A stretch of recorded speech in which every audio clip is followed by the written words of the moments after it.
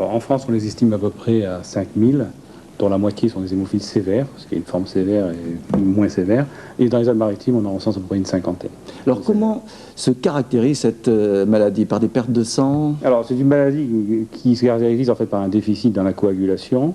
Et les hémophiles, en fait, ont le sang qui va s'accumuler dans les articulations. Et c'est là la manifestation majeure de la maladie. Un hémophile qui se coupe ne saigne pas indéfiniment, c'est pas vrai. Par contre, contrairement à ce qu'on croit, ce sont dans les articulations que le mal se fait. Alors les conséquences, ils vivent mal. Ils vivent mal, et puis ce sang s'accumulant dans les articulations détruisent petit à petit les articulations et les rend invalides. Bien, la journée mondiale de l'hémophilie en région PACA a été marquée par une opération originale, à savoir une croisière à la voile de Marseille à Nice, organisée par l'Association française des hémophiles et des maladies de Villebrandt, une croisière à laquelle ont participé plusieurs hémophiles, histoire de prouver qu'avec cette maladie, on peut malgré tout faire du sport que ces jeunes. C'est exact. Alors les hémophiles qui sont plus âgés, bien sûr, n'ont pas eu accès à tous ces traitements qui existent aujourd'hui. Ils l'ont eu de manière intermittente.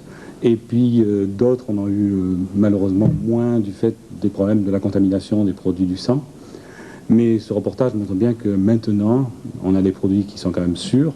Et le traitement, comme il le dit le jeune hémophile dans le film, le traitement préventif, qui est maintenant généralisé pratiquement, permet de ménager les articulations et faire beaucoup de choses comme on le voit dans ce reportage.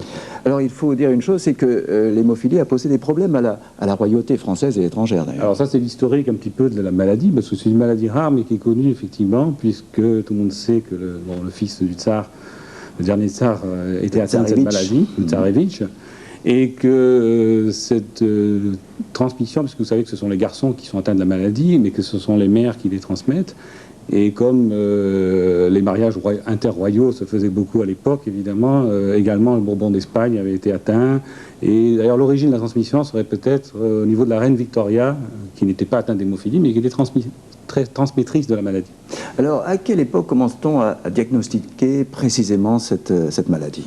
Bon, si on veut parler d'historique, la maladie est mentionnée dans le livre des Hébreux, le Talmud, au sujet des enfants qui saignaient énormément après une circoncision. Bon, évidemment, on ne connaissait rien de la maladie, mais c'est en fait dans l'après-guerre, dans les années 50, qu'on a identifié les facteurs de la coagulation qui manquaient à cette maladie et qui permettent de les corriger à l'époque par les seuls produits venus de la transfusion sanguine. Alors, est-ce que l'on peut fonder des espoirs sur la thérapie génique? Alors, c'est vrai que c'est très séduisant, parce que là, il s'agit carrément de traiter la cause de la maladie.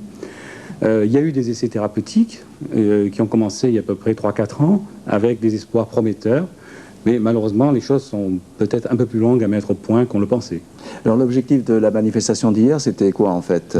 Oh, je crois que c'est quelque chose de très positif, de montrer qu'en 2005, l'hémophilie, on peut faire beaucoup de choses, que les meilleurs traitements donnent les meilleurs résultats et qu'on aura une population adulte d'hémophiles, disons, proche de la population normale.